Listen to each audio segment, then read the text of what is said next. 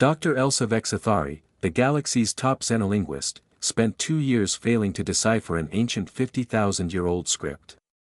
Then, a human named Basit Raman took a look, laughed, and announced, "It's not a dead language. It's just bad Latin." Dr. Elsa Vexathari had dedicated 3 centuries of her life to the study of dead languages. As one of the Galactic Confederation's most respected xenolinguists, she had successfully deciphered 47 extinct tongues from across the galaxy. The intricate script before her, however, had proven to be her greatest challenge yet. The artifacts had been discovered on Kepler 442b, buried beneath layers of crystallized sediment that suggested an age of at least 50,000 years.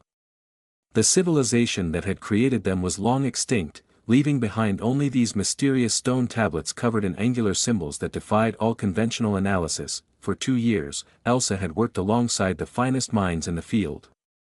The Zephirian memory weavers had attempted to trace linguistic patterns through their ancestral consciousness networks. The silicon-based architects had run the symbols through quantum probability matrices spanning millions of potential language structures. Even the hive mind collective of New Terra had focused their distributed intelligence on the problem. Nothing had worked. The symbols remained as inscrutable as the day they were unearthed, mocking the assembled genius of the galaxy's most advanced civilizations. The tablets were clearly important. Their ceremonial placement and the precious metals used in their construction suggested they contained crucial historical or religious information. Yet they might as well have been random scratches in stone. Elsa's forearms moved gracefully across her workstation as she manipulated holographic projections of the symbols, her serpentine neck coiling with frustration. Her species, the Velter, were natural linguists. If she couldn't crack this code, it was unlikely anyone could. The laboratory door chimed softly, and Elsa looked up to see Dr. Basit Raman, the newest addition to their research team. He was human, a species that had only joined the Galactic Confederation 3 decades ago.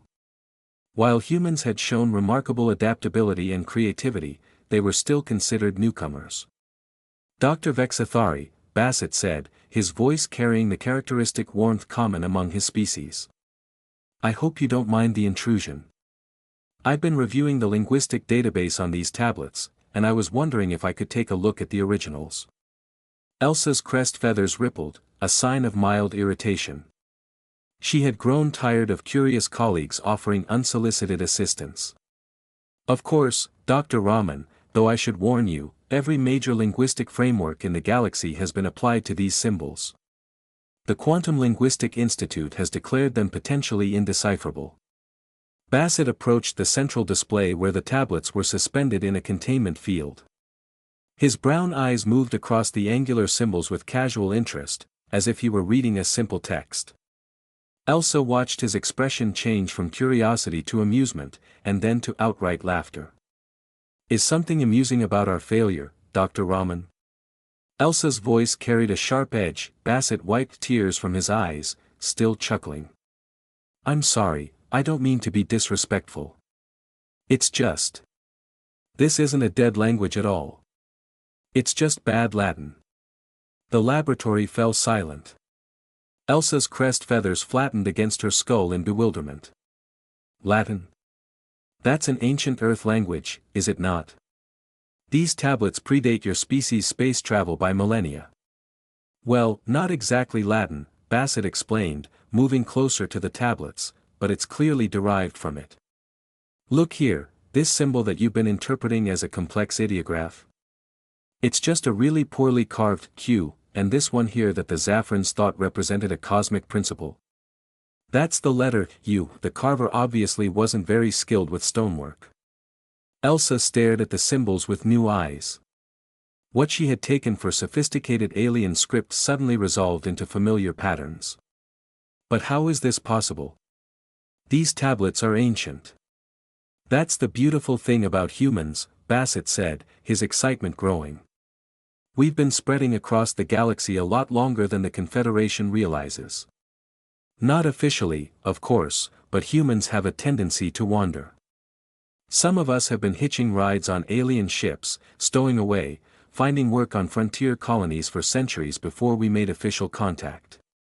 He pointed to a section of text that had particularly puzzled the research team. This passage here, it's a recipe for something called pizza. And this bit that the architects thought was a mathematical formula. It's actually graffiti. Someone named Marcus was apparently here, and he wanted everyone to know he loved someone called Julia. The implications hit Elsa like a plasma burst. You're saying that humans were on Kepler 442b 50,000 years ago? Oh, no.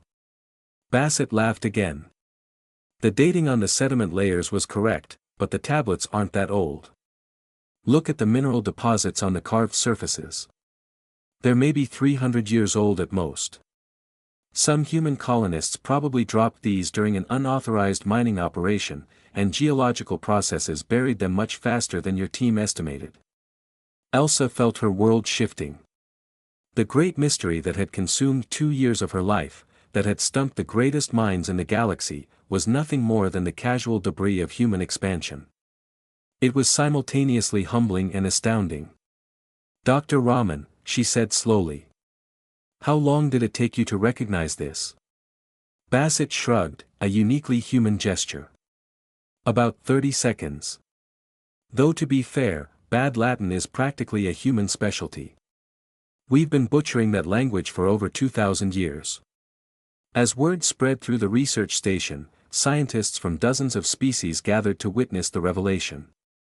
The tablets that had been treated as sacred artifacts were revealed as the mundane leavings of human travelers, shopping lists, love notes, complaints about the weather, and yes, that pizza recipe, but rather than diminishing their importance, the discovery highlighted something remarkable about humanity.